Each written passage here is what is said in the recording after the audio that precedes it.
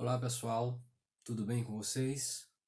Espero que sim, e bem-vindo a mais um vídeo que nós vamos fazer. Costumeiramente fazemos vídeos sobre indicação de livros, mas hoje especificamente, pelo menos não diretamente, não faremos nenhuma indicação de livro. Ah, a gente vive num cenário atual que ele é bem tenso, né? Nós temos aí a questão do coronavírus se espalhando e já declarado há algum tempo pela OMS como uma pandemia. E especificamente no Brasil, nós vemos muito alarde, muito terror, o que causa uma grande tensão sobre em relação às pessoas, o que causa uma grande tensão e aquela noção ou aquela questão, a dúvida sobre as perspectivas do amanhã, né? Basicamente, em relação à esperança, ela se torna meio que duvidosa sobre a, o que nós cremos, o que será de nós, o que nós faremos e o que farão por nós. Diante disso, eu quero hoje, na verdade, ler um texto, né, uma passagem. Antes disso, eu esclareço e compartilho com vocês que eu gosto muito de devocionais. Eu gosto muito de livros acadêmicos, especificamente livros sobre a filosofia, a teologia, história e também agora estou gostando, passando a estudar psicologia, dentre vários outros temas que também gosto, mas especificamente esses conseguem atrair mais a minha atenção. Então, eu gosto muito de livros devocionais. No ano de 2018, eu li o livro de Spurgeon, Devocional Manhã e Noite, né? E aí tem toda uma orientação para a gente ler a manhã e tarde, esse do Spurgeon, né? Então ficam dois por dia, né? Ano passado eu li esse, As Misericórdias do Senhor renovam-se a cada dia, do escritor Paul David Tripp. Quem conhece os seus escritos sabe o quanto ele é refinado e profundo naquilo que escreve. Esse ano eu estou lendo C.S. Lewis, ou C.S. Lewis, né? O Assunto do Céu. Um capítulo para cada dia. O texto que eu vou ler hoje é desse. As misericórdias do Senhor renovam-se a cada dia. Bom, antes de ir ao texto, ainda sobre a tensão que nós passamos, quando nós, seres humanos, nos sentimos, ou especificamente cristãos, nos sentimos ameaçados, tensos, detectamos o perigo próximo ou a nossa esperança sendo ameaçada, nós dificilmente respondemos à altura daquilo que nós professamos. Ou seja, Deus é soberano, Deus está no controle de todas as coisas e de tudo. Porque uma coisa é a gente falar, a outra coisa é viver, né, aquilo que nós anteriormente falamos. E muitas das vezes, naquilo que nós falamos, posteriormente acabamos sendo provados para ver se de fato era assim, uma coisa natural da vida. Por isso é bom e muito importante a gente se policiar naquilo que fala, porque seremos provados de alguma forma, por Deus, pela vida, pela natureza, pelas consequências que nos trazem as nossas palavras. Bom, então, diante disso, diante dessa tensão, nós não conseguimos responder à altura daquilo que nós professamos. É fato que hoje a sociedade ocidental, eu estava lendo um texto em inglês ontem, onde o escritor ele fala sobre, ele destaca, na verdade, a questão de que o povo ocidental ele não sabe sofrer. né? Aí ele vai navegar na história e ver o quanto os povos do passado, embora tenham até sofrido muito mais, porque hoje nós temos uma tecnologia mais avançada para até lidar com muitos males, mas de uma certa forma eles sabiam lidar melhor pessoalmente com a natureza do mal ou com a natureza dos males que lhes sobrevinham do que hoje o mundo, principalmente ocidental, como o autor coloca nesse texto. Bem, então é importante, principalmente a nós cristãos, entendermos que Deus está no controle de tudo. Claro que nós, por sermos seres humanos, não vamos deixar de ter os nossos temores, os nossos medos, os nossos anseios, sentir a nossa esperança balançar, vacilar. Porém, nós precisamos, ainda que esteja tudo ao contrário a nós precisamos acreditar contra a própria esperança, como o próprio Abraão é citado em Romanos, se não me falha a memória, capítulo 4,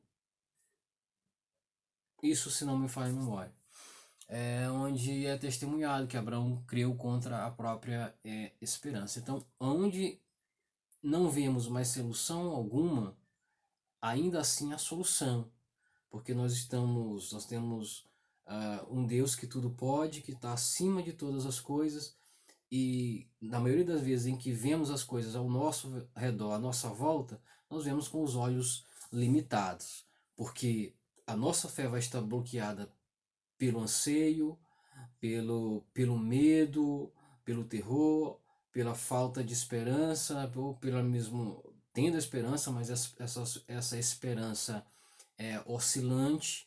Então, são algumas, dentre outras, razões pela qual nossa fé acaba sendo bloqueada. Então, é importante que o exercício da fé ele esteja nesse momento presente, de fato presente, para que nós possamos prosseguir com esperança e com convicção em Deus. Então, vamos lá, vou ler aqui para nós esse pequeno trecho do livro As Misericórdias do Senhor Renovam-se a Cada Dia. Bom, o título é o seguinte: para o crente, o medo significa sempre esquecer de Deus. Se Deus é soberano e seu governo é total, sábio, justo e bom, por que temermos? Né? É uma questão que soa como contraditório na medida em que nós tememos, revela a nossa oscilação em relação à fé num Deus soberano, num Deus justo, num Deus bom, que tem o governo absoluto de todas as coisas. Todos nós vacilamos na fé, mas viver na perspectiva da fé significa que, ainda que venhamos oscilar, sabemos que Deus está no controle de todas as coisas e não vai haver lugar para o desespero, porque há alguém que cuida de nós e que está no controle de todas as coisas. Diz assim: as palavras de Ezequias, rei de Judá, ecoam como verdade hoje, do mesmo modo como foram naqueles dias assustadores, séculos e séculos atrás, pronunciadas pela primeira vez. Judá tinha sido invadida pelo poderoso rei da Síria, Senaqueribe. Ezequias preparou e armou Judá para a batalha, mas isso não foi tudo que ele fez. Ele dirigiu-se ao povo com algo mais importante. Ele sabia que nesses momentos o povo de Deus frequentemente é dado ao medo. E sabia de onde vinha o medo. Frequentemente, nesses momentos de desafios, o povo de Deus entra em pânico, porque ele sofre amnésia de identidade. Grave isto. Nos momentos de desafios, o povo de Deus entra em pânico. Por quê? Porque sofre uma amnésia de identidade. esquecem que eles são como filhos de Deus e esquecem quem Deus é, em todo o seu absoluto poder e glória. Então, naquele momento, Ezequias sabia que não poderia simplesmente ser um bom rei e um general cheio de atributos. Ele deveria ser também um pastor sábio para o seu povo. Enquanto se preparavam para o ataque assírio, Ezequias não queria que o povo de Judá pensasse que tinham sido deixados, abandonados à sua própria coragem para a batalha, à sua experiência de guerra e à sua habilidade com as armas. Ele queria que soubessem que tinham sido maravilhosamente abençoados com outro ingrediente, algo que não podiam e nem deveriam esquecer. Então ele disse: sede fortes e corajosos, não temais, nem vos assusteis por causa do rei da Síria, nem por causa da multidão que está com ele, porque há um conosco maior do que o que está com ele. Com ele está o braço de carne, mas conosco o Senhor, nosso Deus, para nos ajudar e para guerrear nossas guerras. O povo cobrou ânimo com as palavras de Ezequias, rei de Judá. Isso está registrado em 2 Crônicas, capítulo 37, capítulo 32, do verso 7 ao verso 8. Haverá um momento, ele prossegue, em que você perguntará: onde está a coragem para enfrentar o que eu estou enfrentando? O rei Ezequias lhe dará a resposta: olhe para o alto e lembre do seu Deus. Como filho de Deus, você nunca será deixado na batalha por conta própria. Eis a questão.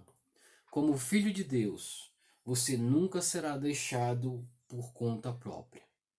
Então, não sofra de amnésia em relação à sua identidade. Você é um filho de Deus e, como tal, está amparado, guardado sob a proteção do Rei do Universo, o Senhor Deus que guerreia as nossas guerras. Então, não se esqueça, apesar de que muitos de nós, em momentos de pânico, esquecemos a nossa identidade, ajudo você a lembrar neste momento que você, como filho de Deus, tendo essa identidade, não precisa se desesperar, não precisa correr da guerra. Por quê? Porque o Senhor Deus guerreia as nossas guerras. Então é muito importante que a gente entenda e assimile isso nos momentos de crise, seja quais forem as crises espirituais, materiais, físicas que venham assolar a nossa vida. Precisamos entender uma coisa: precisamos lembrar da nossa identidade. Nós somos filhos de Deus. É em Deus que nós somos o que somos e quem somos. Fora dele, nada. Nele, nós somos filhos de Deus, guardados e protegidos e amados para todo o sempre por seu infinito amor. Que Deus em Cristo abençoe a todos nós, nos dando ajuda, agindo com responsabilidade na vida, fazendo a nossa parte, e naquilo que nós não podemos fazer, naquilo que está fora do nosso alcance, que Deus venha intervir e que Deus desça até nós com sua graça, misericórdia e seu amor, pois Ele está entre nós. Um grande abraço a você. Estarei orando por você. Aliás, convido você, cristão, a orar por todo mundo, né? Nas suas orações. Orar por aqueles que estão nos hospitais devido à crise pandêmica, pelas famílias enlutadas que perderam seus entes queridos para este mal. Nós vivemos tempos difíceis, mas nesses tempos difíceis é que nós experimentamos mais da graça, do amor, da bondade e da provisão de Deus. Que Deus continue nos dando graça em nome de Jesus. Valeu, abraço a todos e não esqueça, sem livros a vida seria um erro.